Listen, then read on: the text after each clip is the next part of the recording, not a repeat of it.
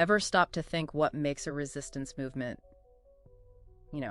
truly genuine, strategically smart, not just desperate? It's a fascinating question. Right. Well, today we're diving deep into the story of the Black Seminoles. A really compelling case study. Our mission basically is to unpack how their tactics during the Seminole Wars weren't just reactive fighting. It was a really deliberate, multifaceted strategy for freedom. Exactly. The sources paint a much richer picture. So let's set the scene a bit. The Seminole Wars, they ran roughly from 1817 to 1858. That's the time frame, yeah. Hugely complex conflicts. But for the Black Seminoles, this was something else entirely. An existential struggle. Existential how? Well, on two massive fronts. You had the straightforward military war against the U.S. Army, obviously. Right. But also a socioeconomic war against the whole institution of chattel slavery. So it wasn't just about land for them. It was about their actual existence, their liberty. Precisely. Okay, so what made their resistance so effective? You mentioned this unique alliance. Yes, that's key. These Black Seminoles, or Afro-Seminoles as they're sometimes called, were a distinct group, mostly descendants of free Africans, people who'd escaped enslavement. And native Seminoles mixing together in Spanish Florida. Right. They formed these communities, and what emerged was what some scholars call a neoteric society. A new kind of social structure, really unprecedented. Is neoteric meaning new? New, yeah. You had native Seminoles offering protection, resources.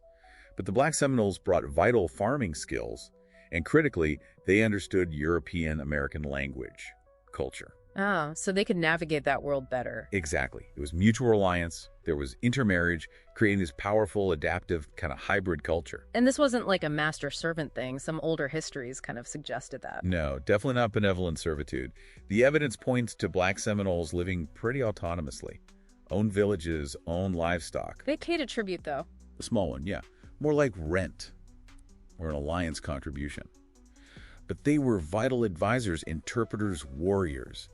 They held real influence. Self-governance was the foundation. A secure base for resistance. Absolutely. And you can imagine this thriving, armed, self-governing Black community right on the border. Was a massive threat to the slave states in the South. Completely intolerable. They saw Florida as this haven, undermining slavery. So you had constant raids by white militias trying to recapture people. Which provoked retaliation, I assume. Of course.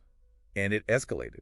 A major U.S. government objective in the wars quickly became about returning these Black Seminoles to slavery. Which brings us back to that core question. How do you fight a superpower when your very freedom, your existence, is the enemy's target? How indeed. Well, their answer was basically a masterclass in asymmetric warfare. Using unconventional methods against a stronger foe. Right. The U.S. eventually poured over 30,000 troops into this. The Seminole fighters, including the Black Seminoles, numbered less than 2,000. Wow, those odds. Huge disparity. So they relied on hit-and-run tactics, guerrilla warfare, and their secret weapon, Florida swamps. They knew that terrain intimately. That knowledge was crucial. Look at the Dade Massacre, December 1835. A small Seminole force, likely including Black Seminoles, just ambushed and wiped out a U.S. Army detachment of over 100 men. Devastating. It forced U.S. commanders, like General Jessup, to realize conventional tactics wouldn't work. They shifted to what they called total war, burning villages, destroying crops. Which is almost an admission of how effective the Seminole resistance was. It really is. Yeah. But their strategy wasn't just military. It was political, too. How so? You had leaders like Abraham, a Black Seminole advisor to the main Seminole chief Maconochie.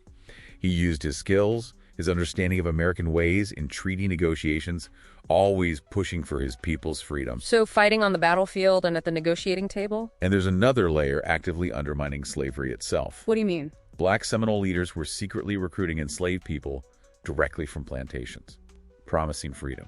And it culminated in this coordinated uprising starting December 26, 1835.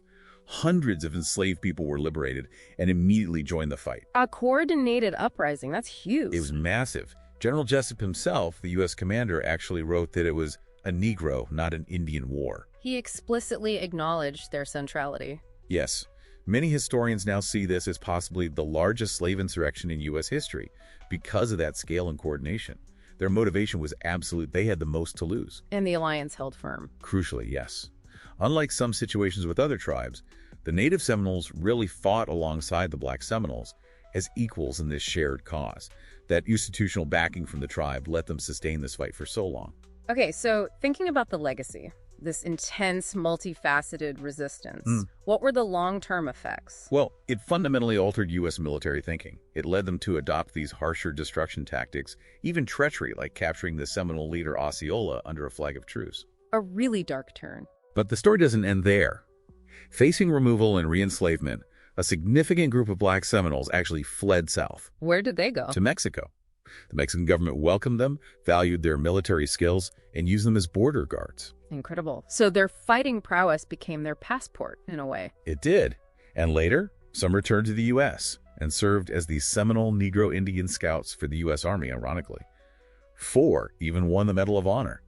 Their identity as defenders of liberty was core to their survival. So wrapping this up, what really jumps out from this deep dive is how the Black Seminoles waged this total war for freedom. Absolutely. Combining that asymmetric military skill with this proactive social and economic subversion of slavery. It's just brilliant strategy. And their spirit, knowing they had everything on the line, that resilience clearly shaped not just their history, but American military doctrine, too. Definitely. It challenges us, to look past simple resistance narratives. Yeah. It makes you think. How does the strength of an alliance, one really founded on mutual freedom and respect, allow a group to resist so effectively against such overwhelming odds? It's a powerful question. And maybe it prompts us to ask, what kinds of genuine, multifaceted resistance do you see shaping the world around us today?